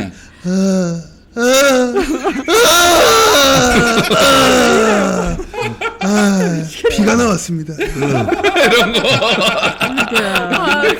되게 성대모사. 나도 뭐 하나 만들어야 될 것 같아. 그 아쉬운 게 청년이잖아요. 청년이면은 지금 우리가 청년 세대에서 2030 특히 세대에서 코인을 많이 하잖아요. 그럼 지금 우리 코인에 대한 규제가 없습니다. 조선일보에서는 2018년도, 2017년도, 18년, 19년도 쭉 하면서 코인, 그러니까 국정농단보다 코인 규제가 더 나쁘다라는 식으로 얘기를 했어요. 그러면은 코인에 대해서 이제 과세 2년 유예를 포함해서 그럼 정확하게 합법적인 규제를 만들어야 된다. 이런 얘기를 한다든지 얘기해야 되는 거 아니겠어요? 본인들이 2030을 대신한다면 그 중에는 40대도 있어요. 40대도 있어요. 그런데 우리가 지금 코인 제가 전문가들 의견 들어보니까 5년간 현재 우리는 무법이잖아요. 5년간 코인 거래소에서 315개 상장이 폐지가 됐대요. 근데 이게 상장이라는 게 주식 상장하고 약간 다른 개념이긴 해요. 그러니까 거래소에서 올라간 거 상장이란 개념으로 우리가 볼 수가 있는데 그래도 315개가 아예 그냥 폐지가 됐어요. 그럼 손해는 청년들이 보는 거죠. 그럼 이런 부분에 대해서 10개 상장에서 한 3개 정도가 완전히 폐지되면 그 손해는 온팡 청년들이 보는 건데 이런 거에 대해서 얘기를 해야 되지 않아요? 그러면? 근데 오로지 김남국 죽이기에만 몰두하는 것 자체 난 이건 비판을 하지 않을 수가 없는 상황이었던 것 같습니다. 김남국 건 외에도 밖에 나가 싸울 건들이 지금 수두룩 빽빽한데 오염수부터 시작해서 오염수 문제 이슈를 놓쳤어 지금 김남국 그 이슈에 대응. 근데 너도 나도 민주당 의원들이 방송에 나와가지고 김남국 때리기에 열을 올리고 있으니 이게 도대체 어찌 돌아가는 판이냐 이거죠. 이해가 안 되는 겁니다. 지지자들 입장에서는. 근데 그런 사람들이었어요 그들은. 몇몇은 빼고. 저는 솔직히 개인적으로 정은혜 의원은 친해요. 정은혜 의원은 저희가 그 뒤로 연락은 안 해봤는데 개인적으로는 좀 왜 여기서 이 목소리 같이 내지? 안타까운 마음은 그동안 있었는데 조용히 있다가 이동학이 너무 충격이에요. 이동학이야말로 아무 의견 안 냈거든 지금까지. 뭐 선거제 개편 그 뭐 중립 끼워놓고 그 들어가는 그 사건 말고는 그 사람이 뭐 이야기하는 걸 내가 들어본 적이 없어. 정치 현안에 대해서. 사실 뭐 최고위원인 거에 비해서 사실 그게 뭐 활동을 못 하고 있었죠. 그래서 이 사람은 지금 아직 뭐 정치를 안 할 생각이 있나 보다 했는데 갑자기 이번 김남국 죽이기에 그냥 낯을 들고 나타났단 말이야. 이게 뭐 하는 짓이야 이게 지금. 아니 여러분 오해하지 마십시오. 또 이렇게 오해하는 분들이 있어요. 야 니네 뭐지 김남국이를 옹호하냐? 옹호 아닙니다. 옹호가 아니에요. 지금 우리도 얘기하잖아. 김남국이가 뭐 다 잘했다는 건 아니다. 다만 지금 이게 어떤 맥락의 이슈몰이냐라고 했을 땐 이건 검찰이 그 정보를 준 것이 너무 확실하고 윤석열 정권으로서는 후쿠시마 오염수 문제 이것이 그 공론화되는 걸 바라지 않고 이 맥락에 지금 들어서 있는 건데 그 세상에 이 맥락에 그 이 장단에 춤을 추고 자빠졌어요. 게다가 젊은 정치인들까지 말이야. 누굴 믿고 지금 우리가 이 현실을 적응하라고. 정말 참 화가 나네 진짜. 이 김남국 건을 최대한 키우고 또 키워서 사실 이재명 대표한테까지 이걸 확장을 시켜서 이재명 대표의 책임론까지 가는 것. 그렇지. 그래서 그 책임론을 이용해서 비대위 이야기를 꺼내는 것이 아마 목표인 것 같습니다. 정확하게는 지금 김남국이 표적이 아니라 이재명이 표적인 거죠. 지금 내전 중이야. 민주당은 내전 중이라고. 내전 중인 마당에 난 그래서 이재명 대표한테 도저히 동의할 수 없는 부분이 왜 송갑석이를 최고위원으로 끌어들이냐 이거야. 이재명 대표에 대해서 인식을 바꿀 마음이 1도 없는 자를 넣어가지고 계속 최고위원 회의에서 누군가가 기자한테 자꾸 이렇게 그 내부 정보, 비밀 회의 정보를 넘겨준다는 거 아닙니까? 누구예요? 저희 그거 물어보지 마세요. 비밀이에요. 성은 송이요. 이름은 갑석이. 맞습니다. 얼굴 좀 가리고 있을게요. 갑돌이와 갑석이. 저 거의 매일 얼굴 보는데 그러시게요 진짜. 전해주세요. 까불지 말라고. 왜 그러세요? 까불지 말라고 전해주세요. 정말 짜증나네 진짜. 이거. 자, 어떻게 뭐 원내대표 박강원 원내대표께서는 잘 하고 계십니까? 각자 역할을 하면서 각자의 또 계산이 있는 사람도 있을 것 같아요. 근데 확실한 거 하나는 민주당의 모든 당직자들 전체적인 분위기는 그러니까 이재명 당대표에 대해서 적극적으로 찬성하지 않는 사람들조차 전반적인 분위기는 뭐냐면 이재명 아니면 민주당의 다음 대선 후보 답 있어? 없어. 이재명 체제가 지금 현재 무너지면은 민주당 이번 총선 이게 전반적인 명확한 구도입니다. 나도 그렇게 알고 있어. 그러니까 이재명 당대표가 와 되게 잘해라고 얘기하지 않는 사람들. 그런 많은 당직자들이 있잖아요. 그런 국장들하고 얘기해 보면 다 똑같은 상황이에요. 그러니까 이거는 아무리 흔들어도 흔들릴 수 없는 상황입니다. 얼마 전까지 그 이재명을 주저앉히고 비대위로 가야 된다라고 주장하는 사람들이 있었거든. 근데 그들조차도 지금 생각을 바꾸고 있어. 왜냐? 답이 없어요. 답이 없어. 노답이야. 대권 주자 저렇게 낙마시킨 당한테 네. 누가 표를 던져줍니까? 네. 그러니까 우리 수박들도 맞아. 이재명이 민주당 현재 역사상 민주당의 지금까지 역사상 독보적인 대권 주자가 단 한 명이었던 적이 지금 처음이에요. 없습니다. 네, 그러니까 계속 흔들어도 그들의 에너지만 소실될 뿐이다. 근데 그들은 흔들면서 생각하는 게 있을 것 같아요. 본인의 나 여기 살아있다. 나 청년인데 여기 살아있다. 이런 생각을 아마 하진 않을까 이 지금 생각합니다. 그 한번 우리 문재인 정부 초기를 한번 생각해 보죠. 문재인 대통령이 네. 당선이 됐고 취임을 했단 말이에요. 네. 차차차기까지도 있었죠. 아 맞아요. 예. 안희정, 예. 박원순, 예. 그리고 이재명, 네. 김경수, 뭐 또 그리고 이제 차차차기 조국도 있었지. 이 중에 네. 살아남은 사람 누구야? 이재명밖에 없어. 어찌 보면은 이재명은 근데 우연히 살아남은 게 아니라 이재명도 얼마나 이제 죽이려고 그랬어요. 그럼에도 불구하고 살아남았다고. 야, 그래서 난 그거 보면서 야, 이번에는 안 됐지만 다음에는 이재명이 안 될 수가 없겠구나 이런 생각이 들어요. 예. 이재명 대표님 어떻게 생각하세요? 할 말씀 해주셔야지. 예. 오늘 좀 떼주시고 하시죠. 아, 그때는 참 최성 시장님도 계셨어요. 이제 말아주세요. 그분은 귀한 자산입니다. 저만 살아남았는데 저 빠지면 누가 대체를 할까요? 박용진? 수박이나 먹겠습니다. 너무 크게 웃었나 보다. 아니 이 가면 뒤에 표정이 똑같은 표정이었어. 야, 저기 뭐냐 이재명 당대표 할 때는 이거 안 써도 될 것 같아. 표정 웃을 때 안경만 들고 오겠습니다. 안경만 들고 오겠습니다. 아니 웃을 때 입모양이 똑같아. 아니, 이미 카메라가 이쪽인데 저쪽을 보고 가셔서 얼굴이 다 나왔어요. 카메라에. 여기 또 네. 사실상 윤석열이 있으니까. 사실상 윤석열 뭐야? 자료화면이 어떡해. 표정 연기하니까 점점 닮아지는 것 같아. 롱롱 타임 어고. 충청도 발음. 진짜 죄송해요. 이미 다 웃고 뭘 죄송해요. 이미 다 웃고. 아주 웃기는 거는 제가 그래도 그 안희정 캠프에서 자원봉사하지 않았습니까? 그러셨어요? 네네. 그때는 이동학 씨가 무슨 뭐 부대표였나 뭐고 했었을 거예요. 그 단장. 그때 이동학이야. 그렇습니다. 네네네. 근데 왜 이렇게 아니 됐나? 민주당 정치권에 해봅니다. 오래 계셨어요. 네네. 그리고 이제 뭐 여러 가지 활동들 또 사회 활동들도 했고 뭐 이렇게 나름 청년 정치인으로서 행보가 나쁘지 않았는데 그렇죠. 이동학 괜찮아요. 괜찮았었는데 이번에 괜찮아요. 좀 잘못된 판단을 한 거 아닌가라는 생각이 좀 들더라고요. 이거 보면서 아니 뭐 세상에 그렇게 기자회견까지 할 게 아니었는데 기자회견까지 했으니까. 그 세상에 기여할 길은 많습니다. 수만 가지 방법이에요. 정치는 하지 마세요. 정치로 기여할 길은 없어 보여. 그러니까 이게 기자회견을 하는 순간 어떤 대의를 위해 한 행동이라기보다는 그냥 자기 입신양명처럼 보일 수 있거든요. 그 어떻게 보면 굉장히 뼈 아프고 가슴 아픈 얘기인데 그걸 굳이 기자들까지 다 불러 모아가지고 그 이야기를 한다? 그럼 성명 정도 발표했으면 모를까. 그거 다 여기저기 보수 언론에서 써먹기 너무 좋은 먹잇감만 던져주는 거잖아. 저도 이동학 친구랑 친합니다. 친해요. 그래서 친이계예요? 네. 예? 지인계입니다. 지인계. 네. 근데 너무 일부러 연락 안 했어요. 저도. 너무 이해가 좀 안 됐습니다. 저쪽 궁금한 게 그 청년들 기자회견한 장소 있잖아요. 김한규 의원이 빌려줬다는 얘기가 있던데. 김한규 의원이 맞아요. 자리를 마련해줬죠. 네. 김한규가. 그 부분은 어떻게? 그래서 욕을 많이 먹었어요, 그분도.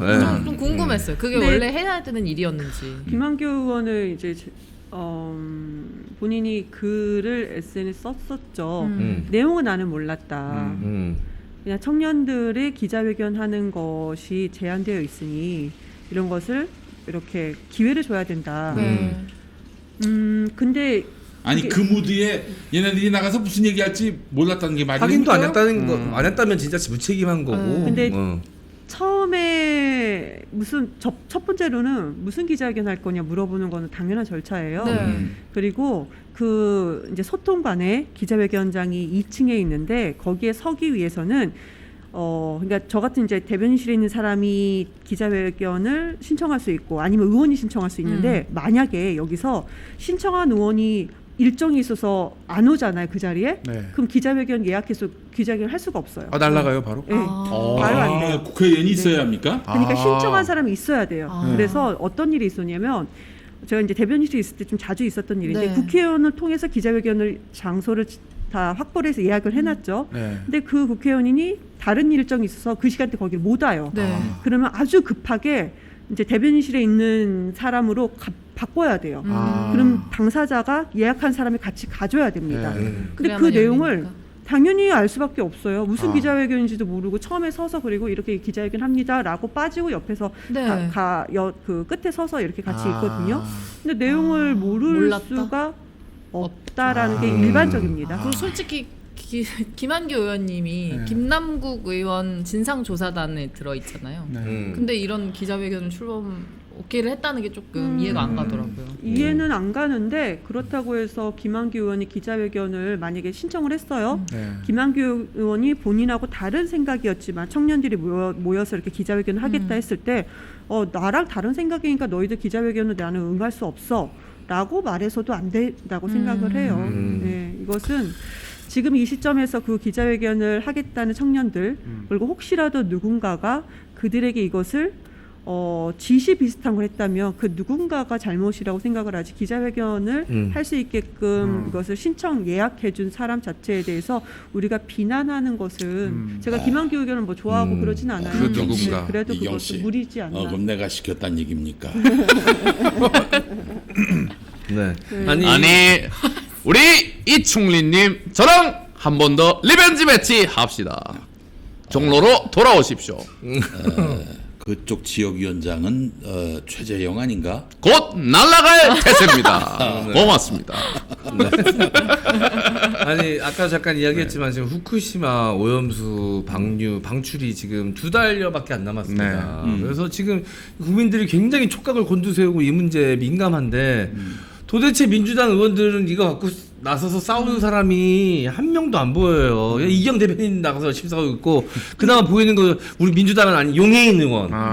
기본소득당. 아니, 네. 민주당 대변인실 되게 열심히 하고 있어요. 네네. 열심히 하고 있는데 근데 의원들은 누가 안 보여요. 네.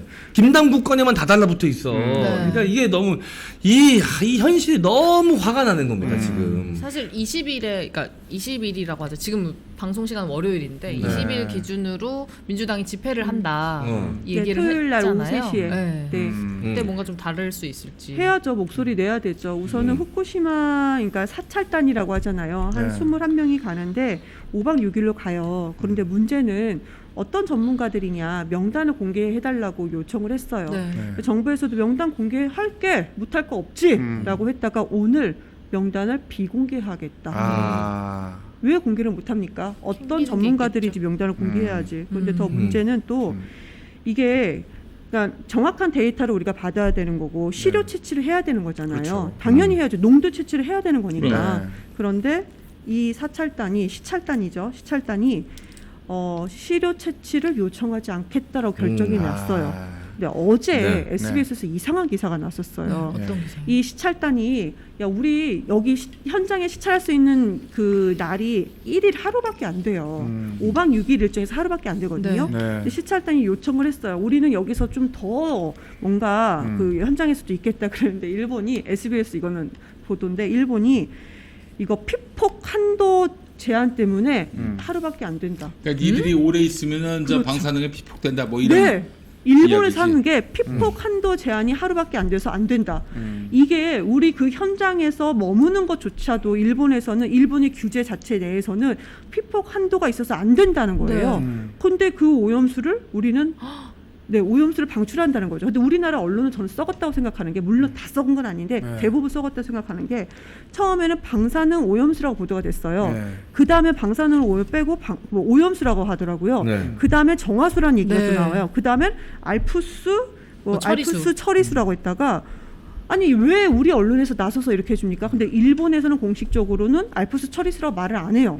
우리 언론에서 그렇게 하고 있습니다. 근데 정부에서 또 하는 얘기가 우리는 알프스 처리수라고 공식적으로 얘기한 적 없다. 우리의 문건에는 방사능 오염수라고 얘기하고 있다. 말은 이렇게 얘기합니다. 근데 언론이 나서서 알프스 처리수라고 얘기를 하고 있어요. 왜 언론이 일본 실드를 쳐주고 아니, 있나요? TV 조선도 웃겨요. 2021년 4월 13일 이때는 삼중 수소를 못 걸러낸다. 이 처리했다지만 70%는 방사성 물질이 검출된다. 이렇게 해놓고는 지금은 무슨 괴담을 취급하고 있어요. 예. 그리고 AIA 국제 원자력 기구의 이제 데이터를 근거해서 하겠다고 했는데. AIA는 설립 취지 자체가 그러니까 한마디로 원자력 진흥 기구인 거예요. 이거는 검증 기구가 아니야. 그러니까 우리가 윤석열 대통령에게 맞게끔 얘기를 하자면 이거는 원자력에 대해서 변호하는 기구인 거예요. 검사, 원자력 자체에서 이제 이거는 방사성 오염수에 대해서 이거를 검증하는 그냥 검증 기구도 아니고 검사 역할하는 기구가 아니다. 오히려 옹호하는 변호사 기구인데 이거를 여기에 주는 데이터에 근거해서 일본은 얘기를 하고 우리나라도 이거에 대해서 그 데이터가 옳다라는 식으로 얘기를 해요. 우리나라 정권 자체가. 이거 있을 수 없는 일이 지금 벌어지고 있는데 이제 말씀 한마디 해주세요. 안녕하십니까. 이봐 윤군 차라리 그 처리수를 아리수라고 하세요. 재밌어. 말장난이 나고 말이야. 네, 참 걱정입니다. 국민이 특히나 아이 키우시는 분들은 뭐 아이 키우는 분들뿐만 아니라 모든 국민이 마찬가지지만 굉장히 민감하거든요. 이게 우리도 문제지만 이게 계속 사실 이게 누적이 되니까 사실 이 방사성 물질들은 우리 다음 세대가 살아갈 세상에 이런 것들을 남겨줘야 된다라는 것 자체가 너무 아이들한테 미안한 일인 거죠. 아이를 가지고 제대로 대응하지 못하고 제대로 할 말하지 못했다라는 이 열패감, 패배감, 미안함을 왜 국민들이 가져야 되냐 이겁니다. 아니 너무 걱정이 돼요. 우리 못해서야 뭐 강물 이런 걸로 해서 식수를 조달할 수 있지만은 섬 같은데 담수로 해가지고. 맛있는 데가 있는데 그분들은 바닷물 담수화해서 식수의 문제가 걸린단 말이에요. 아니 그분들한테 닥터 엠물을 금융닷컴에서 구매하라. 또 빌더였어. 어떻게 그렇게 얘기할 수 있겠어요? 여기서 분위기 심각하게 만들면은 진지하게 만들면 여기서 그냥 다 엎어버려요. 문제는 나는 여기 그냥 출연료 받고 나온 사람이 저 사람이 채널 주라는 거야. 이게 아이러니입니다. 나는 어떻게든 방송을 이끌어가려고 채널 주는 그냥 계속 자기 빌드업만 하고 있고 말이죠. 이 이제 주객이 전도가 돼도 진짜 유분수지. 이게 뭡니까 이게? 한 힘이 쭉쭉 빠져요 지금. 또 아리수 드셨어. 어떻게든 끌고 갑니다. 자, 광고주도 중요하지만 우리 시청자분들도 중요하기 때문에. 근데 진짜 걱정이에요. 생선을 미리 먹어야 되냐. 이 비만이네 한 사람으로서 비패를 빨리 가야 돼요 지금. 우리 김영민 PD님 어떻습니까? 당연하죠. 이제 당연하죠. 저기 닥터 엠물을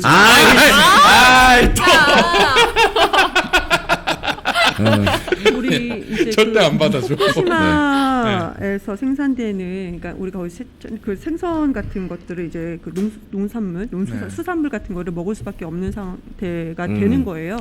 뭐 다 아시겠지만 우리가 WTO에 이제 그러니까 항소를 했다가 이제 이겼잖아요. 승소를 했잖아요. 그 원인 자체가 그러니까 그 생태계 환경 자체가 오염이 돼. 그러니까 바닷물 자체가 오염이 됐다라는 근거에서 우리가 이겼어요. 그런데 만약에 이게 방사능 오염수가 아니야. 일본에서 얘기하는 것처럼 먹을 수 있는, 마실 수 있는 물이다라는 근거가 되면은 우리는 후쿠시마 수산물을 수입하는 근거가 됩니다. 근거가 될 수밖에 없는 상황이에요. 그쵸? 먹을 수밖에 없죠. 그리고 저는 마지막으로 많이들 우리 그 지지자분들도 많이 말씀해 주시는데 일본에서 공무원이 마셨잖아요. 그리고 뭐 어떻게 실종됐다고 하지만 그런데 마실 수 있는 물이라고 한다면 일본에서 농수나 식수나 공업수나 이런 식으로 쓰지 이거를 왜 방출을 하냐. 굳이 방류할 필요가 없잖아요. 10수년을 그대로 보관하고 있다가 왜 이제 와서 방류를 하느냐. 사실 이거 삼중수소 반감기 계산해 보면 30년만 더 갖고 있으면 반감기 지나가거든요. 30년이에요. 30년. 그거 더 처리 시설 만들어가지고 하면 되는데 왜 방류를 할까? 지금 삼중 수소만이 문제가 아니죠. 그렇죠? 세슘 문제도 그렇고요. 뭐 하나 그물에 대해서 안정성을 자신 있게 얘기할 수가 없어요. 그러니까요. 근데 그들은 얘기하잖아. 안전성이 아주 확보가 니들이 됐다. 마시든가, 마실 수 있는 물이다. 목욕을 하든가 그러면 그러면 되고. 지금 그렇게 모여 있는 물은 우리 그 농수로에서 쓰는 그 네. 저수지 같은 느낌으로 그거 끌어다 쓰면 되는 거 아니에요? 근데 참 이렇게 왜 우리 윤석열 정권에서는 이런 식으로 말을 못 하는지 참 답답할 나는 노릇입니다. 차라리 여러분 그 원전 오염수가 얼마나 위태로운 건지 전 세계에다가 그래서 드럼통에다 해가지고 난 팔겠어. 팔아가지고 그거 갖고 연구하라고. 그런 거 하실 수 있는 분이 우리 MB님이신데. 네. MB님. 뭐 얼마나 좋습니까? 많이 하십니까? 나는 그 옛날에 후쿠시마 가서 오이 먹었어요. 종리가 오이 주더라고. 우두구두 먹었어. 그러다 그 쇠고기 그 재협상하지 않았어? 아닌가? 어떻게 생각? 안 했어? 예. 까먹었습니다. 한지 너무 오래됐어. 근데 그 오이 드시고 난 다음에 탈모가 급격하게 오셨어요. 그거 한 다음에 내가 소송비 대납으로 잡혀 들어갔어요. 그 누가 웃어? 네. 그래요. 이제 이렇게 일본이 이제 이렇게 방출을 하게 되면 사실 이게 선례를 남기게 되는 거거든요. 네, 그렇죠. 그럼 다른 원전을 운영하고 있는 다른 나라들도 자기네 그 오염물들, 원전 오염물들 다 바다에 그냥 내보내면 되지 않을까라는 유혹에 빠지기 쉽죠. 선례가 이미 있는데. 그러니까 온갖 전 세계의 쓰레기통이 되는 겁니다. 이 바다가 태평양이. 그 보수 일각에서는 그런 얘기도 있어요. 이 서해는 어떠냐? 중국의 어떤 원전 그것도 다 문제가 있다. 네. 왜 서해는 아무 말 못하냐는데 둘 다 문제입니다. 네. 그거는 아니 네. 그 근본적인 차이를 자꾸 망각하는데 그 정미경이라고 국민의힘 그 사람도 네. 자꾸 헷갈리더라고. 오염수 처리수 구분을 못해. 그렇죠. 그 원전에서 쓴 물들을 지금 이제 내보내긴 합니다. 그런데 이거는 오염된 물 아니에요. 그 그물처럼 받아둔 거 아니야. 그 물하고 지금 이 원전에서 지금 걸러서 내보내는 거하고 같아 그게. 냉각수라 그래서 이제 원전 가동하는 가운데 이제 냉각수로 썼던 것들은 재처리를 해가지고 조금씩 내보내기도 하는데 이거는 원전에 원전하고 그 방사능하고 섞인 게 아니라 냉각수로 들어갔다 나오는 거예요. 근데 이거는 저거는 아예 그냥 방사능에 오염된 물 아니야. 일본 불난 그 원전에다가 불 끄기 위해서 들이부었던 물이거든요. 그러니까 직접적으로 접촉을 했던 물들이란 말이야. 그러니까 이게 오염수하고 처리수하고는 근본적으로 다른데 그거 구분을 못 하더라고 정리경은. 그런 사람들이 TV 토론 나와가지고 이런 놈들이 지금 집권하고 있어요. 집권을. 답답하다. 진짜 짜증납니다. 근데 지금 윤석열 정권이 아니고 다른 정권이었으면 우리가 이게 문제가 될 게 없어요. 우리나라만 이거 반대하는 것이 아니고 전세적으로 반대를 하고 또 태평양 18개국 과학자들도 모여서 이걸 뭐 기록 이제 보고서 같은 걸 작성을 한 바도 있었잖아요. 그러니까 첫 번째는 농도, 일본이 제출한 데이터의 농도를 우리가 믿을 수 없다. 데이터도 믿을 수 없다. 그리고 이게 방사성 물질 자체가 54가지인데 아니 그 64가지인데 근데 지금 그 일본에서는 그러니까 55가지에 대해서는 이걸 거의 그러니까 이런 물질을 측정을 아예 안 했대요. 그 데이터 근거해서. 근데 우리나라가 그러면은 그러니까 태평양 18개국과 같이 함께 목소리를 내면 이것이 이렇게 우리나라 내부에서 문제가 될 일이 전혀 아니에요. 근데 윤석열 대통령이 일본보다 더 일본을 앞장서서 일본을 옹호하고 있으니까 우리나라에서 이렇게 지금 시끄러운 상황입니다. 그 정미경 전 최고위원은 좀 두고 봐야 됩니다. 왜요? 왜냐 이번에 총선을 준비하는데 조수진을 잡겠다고 했기 때문에 한번 잡으면 그래도 봐줄 만한 용의가 있습니다.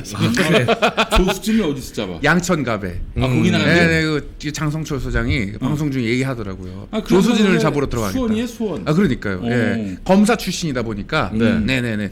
이번에 가능성이 있다. 가능성이 있다 이렇게 보는 모양이에요. 네. 그리고 또 뭐 조수진이 지금 밥 한 고기보다는 낫죠. 네.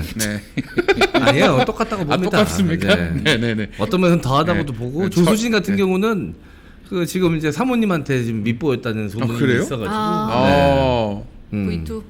제가 한 2달 전부터 밀고 있거든요. 조수진 공천 안 된다. 야, 요것만 되면 저 다시 이제 제 입지가 달라질 수 있습니다. 아니 뭐 음모론 하지 말라면서. 아니야, 나는 나름대로 예측을 한 겁니다. 나름대로. 그때 이동영, 강성부 엄청 조롱했거든요. 네가 뭘 알아 이러면서. 자, 요거 제가 그냥 쇼츠로 만들어준 개인 소장하고 있거든요.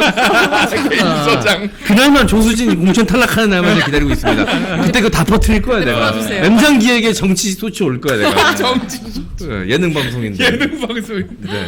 알겠습니다. 자, 오늘 이야기 여기서 이제 마무리하고요. 두 분은 또 보내드리고 저희는 내일 다시 인사드리도록 하겠습니다. 감사합니다. 내일 만나요. 안녕. 네, 고맙습니다.